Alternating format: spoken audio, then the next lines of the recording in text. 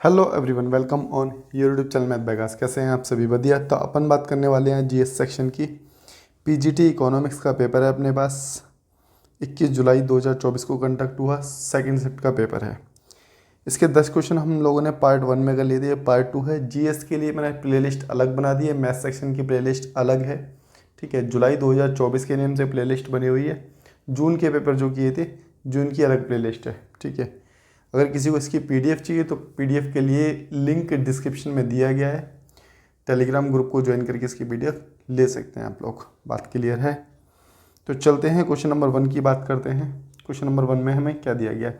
कह रहा है कि 2011 की जनगणना के अनुसार भाषा, अच्छा हिंदी में थोड़ा सा ये टाइपिंग मिस्टेक है कि, तो इंग्लिश में क्वेश्चन पढ़ना ज़्यादा ठीक लगेगा आप लोगों को, है ना। चलिए, according to the language of data of census 2011 which language is spoken by 5.7% of total population of India. कह रहा है कि भारत की जितनी भी जनसंख्या है 2011 के अनुसार, उसमें 5.7% कौन सी भाषा बोली जाती है? तो आंसर जो होगा आप लोगों का तमिल। क्या होगा? तमिल आप लोगों का आंसर हो जाएगा। तमिल भाषा बोली जाती है कितना? 5.7%। बात क्लियर है क्या? ठीक है। और मैं आप लोगों को एक चीज़ और बता दूं, जो जनगणना 2011 है, इससे बहुत सारे क्वेश्चन पूछे जा रहे हैं, बहुत सारे क्वेश्चन पूछे जा रहे हैं भाई साहब। तो इसको थोड़ा सही से याद कर सकते हैं, हम डिटेल में थोड़ा कर सकते हैं। बाद बाकी जो इम्पोर्टेंट क्वेश्चन है वो मैं आप लोगों से डिस्कस कर लेता हूँ फिलहाल। चलिए, अब जैसे कि बात की हम लोगों ने 2011 की जनगणना के अनुसार 5.7% कौन सी भाषा बोली जाती है? तमिल भाषा बोली जाती है। चलिए ठीक है। अगर हम बात करते हैं जनगणना की, तो जनगणना सबसे पहले कब शुरुआत की गई इसकी? तो 1872 में। 1872 में मेयो के द्वारा स्टार्ट की गई थी। किसके द्वारा? लॉर्ड मेयो के द्वारा स्टार्ट की गई थी। ठीक है। अगर हम नियमित रूप से बात करें, ये नियमित रेगुलर नहीं थी, ये रेगुलर नहीं थी। अगर रेगुलर की बात करेंगे, देखो होती कब है? 10 साल बाद होती है, हर 10 साल बाद होती है। जैसे 2011 में हुई तो 2021 में होनी थी, लेकिन कोविड की वजह से नहीं हुई। ठीक है, अभी तक नहीं हुई है। खैर, अब बात करें 1881 में हुई, और किसके द्वारा की गई है? लॉर्ड रिपन के द्वारा। लॉर्ड रिपन के द्वारा की गई थी 1881 से, कंटिन्यूसली चलती चली आ रही है। अच्छा, आप लोगों से कभी पूछ सकता है कि सबसे पहला देश कौन सा था जिसने जनगणना कराई थी? तो आप कहेंगे 1749 में कराई थी। किसने? स्वीडन ने कराई थी। किसने? स्वीडन। स्वीडन ने कराई थी। बात क्लियर है ना? स्वीडन। ठीक है, तो ये इसकी बेसिक जानकारी होगी। अच्छा, एक चीज़ आप लोग और याद रख सकते हैं इससे, क्या? और क्या याद रख सकते हो? क्या इंपॉर्टेंट? हाँ, देखो, अगर हम बात करें 2011 की जो जनगणना है, ये कौन से नंबर की जनगणना है? तो आप लोग कहोगे 15वीं जनगणना है। कौन सी जनगणना है? 15वीं। लेकिन स्वतंत्र भारत की 7वीं जनगणना है। स्वतंत्र भारत की समझ रहे हो ना, 1947 के बाद की ये 7वीं जनगणना है। और अगर टोटल पूछता है कि कौन से नंबर की है, तो 15वें नंबर की। स्वतंत्रता की बात कहे तो 7वें नंबर की जनगणना है। ठीक है ना। अच्छा, एक पॉइंट और लिख सकते हैं आप लोग, क्या? कि भारत विश्व का सबसे युवा देश है। भारत विश्व का सबसे युवा देश है। किसके बेस पर? 2011 की जनगणना के आधार पर। बात क्लियर है? तो उसकी औसत उम्र क्या है? 29 वर्ष। 29 वर्ष है। सबसे युवा देश है कौन? भारत, 2011 की जनगणना के अनुसार। बात क्लियर है? तो ये तो बेसिक क्वेश्चन हो गए जो जो लगातार पूछे ही जा रहे हैं एग्जामों में। ठीक है, लेकिन आपके एग्जाम में थोड़ा सा डिटेल में क्वेश्चन पूछा गया है। जैसे मैं आप लोगों को दिखा देता हूँ, 1 मिनट रुकना मुझे, है ना। अच्छा, एक चीज़ और पूछी गई थी एग्जाम में कि इसका थीम पूछी, तो 2011 की जनगणना की थीम क्या है बता सकते हो? हमारी जनगणना हमारा फ्यूचर। लिख लेना, थीम। थीम हमारी जनगणना, हमारी जनगणना। ठीक है, हमारा फ्यूचर,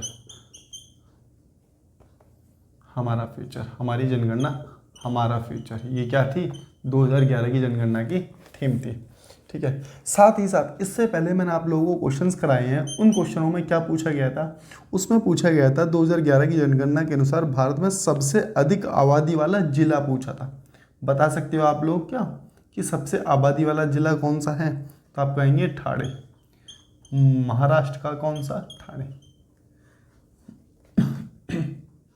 महाराष्ट्र का क्या हो जाएगा आपका, महाराष्ट्र का ठाणे, है ना, महाराष्ट्र का ठाणे। बात क्लियर। देखो यहाँ आपसे कैसे क्वेश्चन पूछा गया है, स्टेट नहीं पूछा, स्टेट पूछता तो क्या होता, सबसे आबादी वाला स्टेट कौन सा हो जाता हमारा, उत्तर प्रदेश हो जाता, लेकिन यहाँ आपसे जिला पूछ लिया। ठीक है, एक क्वेश्चन आप लोगों से और भी पूछा था, कौन सा, लिटरेसी रेट। हाँ, लिटरेसी रेट, साक्षरता दर, साक्षरता दर किस यूटी में, किस यूटी में सबसे ज़्यादा है, यूनियन टेरिटरी में किस में सबसे ज़्यादा है, तो आंसर क्या था आपका, लक्षद्वीप था। कौन सा था, लक्षद्वीप। अच्छा, अगर बात करता स्टेट की, तो स्टेट में आया था कौन सा, केरल आ जाता। बात क्लियर है। ये 2 क्वेश्चन आपसे पहले पूछे गए हैं, तो ये काफ़ी डेप्थ में क्वेश्चन पूछता है आपसे D2+B इसके बिहाफ पर, किसके, 2000 जनगणना 2011 की जनगणना के आधार पर काफ़ी डेप्थ में क्वेश्चन पूछे गए हैं। बात क्लियर है क्या। तो ये रही बात अपने पास क्वेश्चन नंबर 1 की, इतनी जानकारी आप लोगों को होनी चाहिए। चलते हैं नेक्स्ट क्वेश्चन की ओर। क्वेश्चन नंबर 12 देखते हैं, और 12 में हमें क्या दिया गया है, कह रहा है कि मार्च, अप्रैल और मई के महीने के दौरान भारतीय उपमहाद्वीप में कौन सी हवाएं चलती है। आप लोग खुद बता सकते हैं इस क्वेश्चन का आंसर, मार्च अप्रैल मई में कैसी हवाएं चलती हैं, गर्म हवाएं चलती हैं, तो ऑप्शन बी आप लोगों का आंसर हो जाएगा, गर्मियों के समय में कैसी हवा चलती हैं, कौन सी मौसम हवा चलती हैं, तो गर्मी, आपका आंसर हो जाएगा सेकंड बी आप लोगों का आंसर होगा।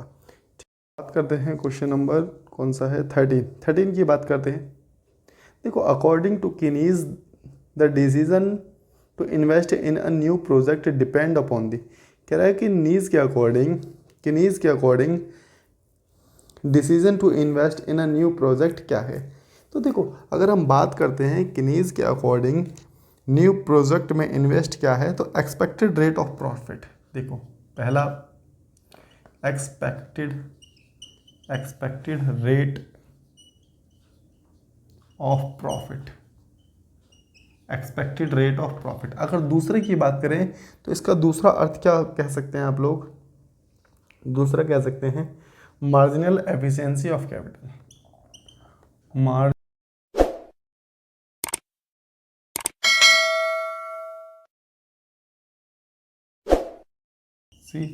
Of capital, marginal efficiency of capital. देखो, इसका मीनिंग क्या हो गया यहाँ पर, एक्सपेक्टेड रेट ऑफ प्रॉफिट, मतलब कि उसने कितना पैसा लगाया है उस पर एक आंकलन करके रख लिया कि भाई इतने % का तो प्रॉफिट होगा। सेम चीज़ यहाँ पर कही गई है, marginal efficiency of capital, capital का उसने एक आंकलन करके रख लिया कि इतना तो हमें मार्जिन मिलेगा ही मिलेगा, इतने का तो प्रॉफिट होगा ही। तो हो सकता था आपको ऑप्शन में ये दे दे या फिर ये दे दे, तो आंसर फिलहाल आपको ये दे रखा है, तो आंसर आपका ये हो जाएगा मार्जिनल एफिशिएंसी ऑफ कैपिटल। बात क्लियर है क्या। तो ये बात रही अपने पास, क्वेश्चन नंबर कौन सा था, ये 13 था।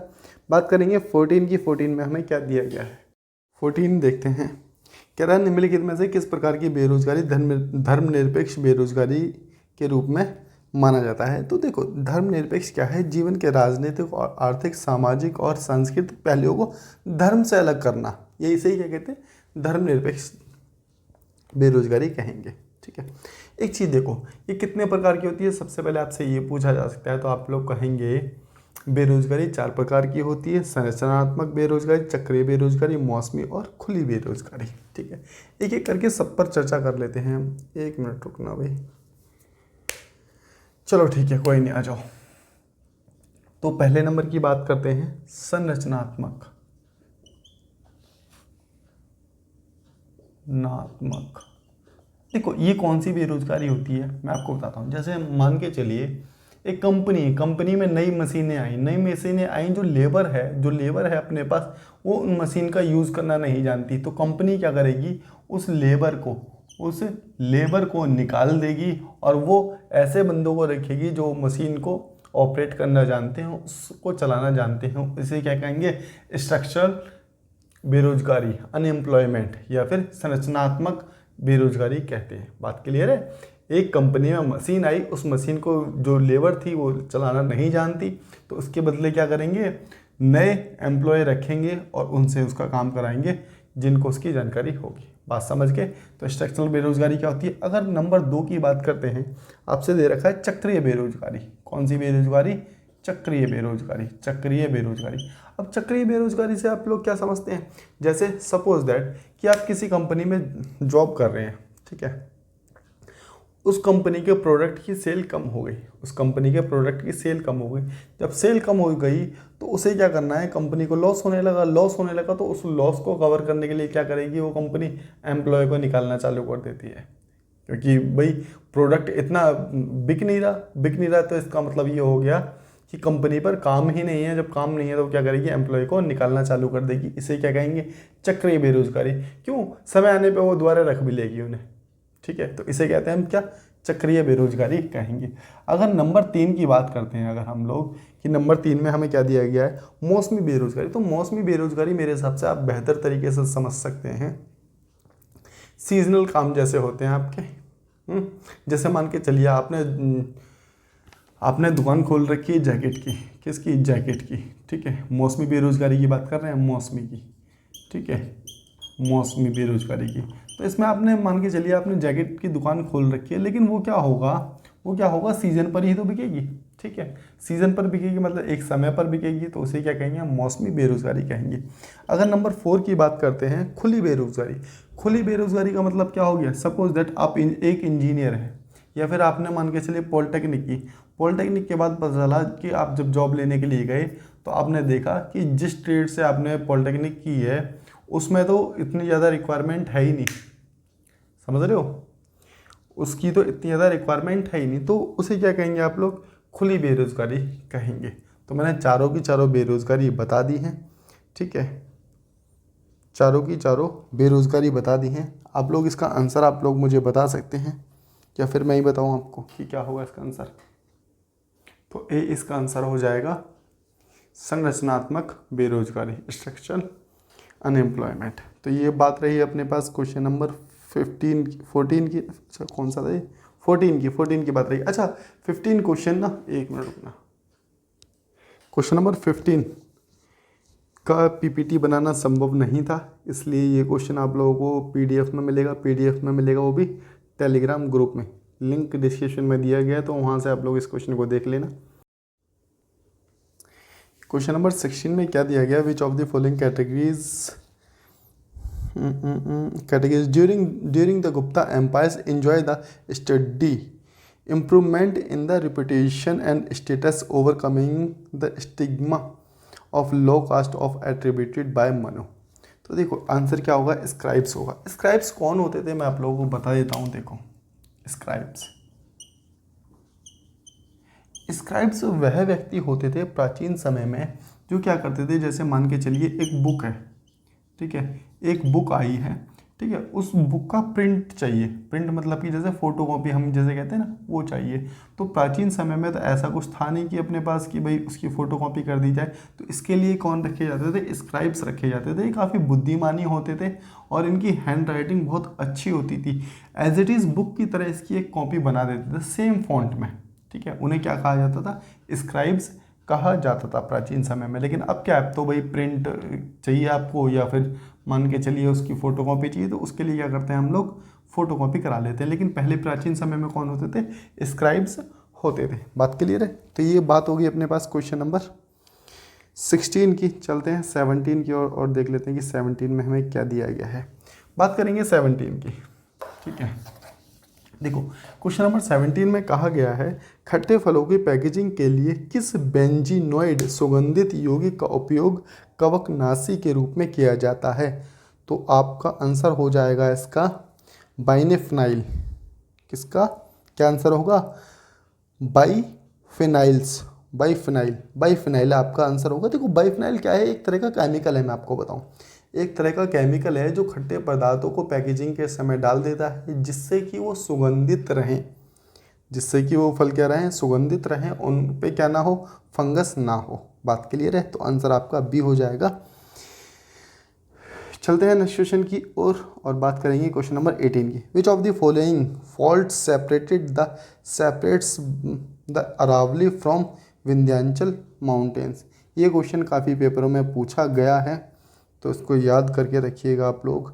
निम्नलिखित में से कौन सा दोष अरावली को विंध्य पर्वत से अलग करता है। तो मालदा पठार अलग करता है। ऑप्शन बी आपका आंसर हो जाएगा।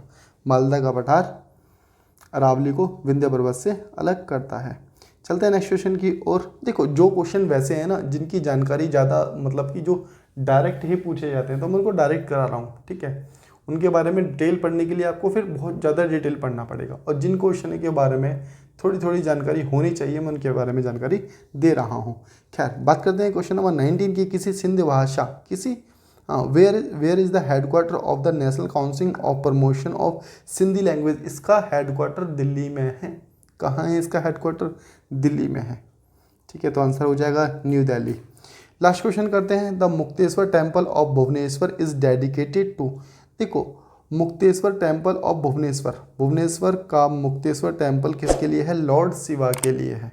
किसके लिए? लॉर्ड शिवा, ठीक है। ये कहाँ पर है? उड़ीसा, उड़ीसा के भुवनेश्वर में है, जो डेडिकेटेड है किसके लिए? लॉर्ड शिवा के लिए। तो ये हो गए आपके क्वेश्चन नंबर 20 कंप्लीट। इसको भी मैं प्ले लिस्ट में डाल दूँगा। बाद बाकी मिलते हैं नेक्स्ट वीडियो में नेक्स्ट टॉपिक के साथ। तब तक के लिए tata bye bye and take care of you.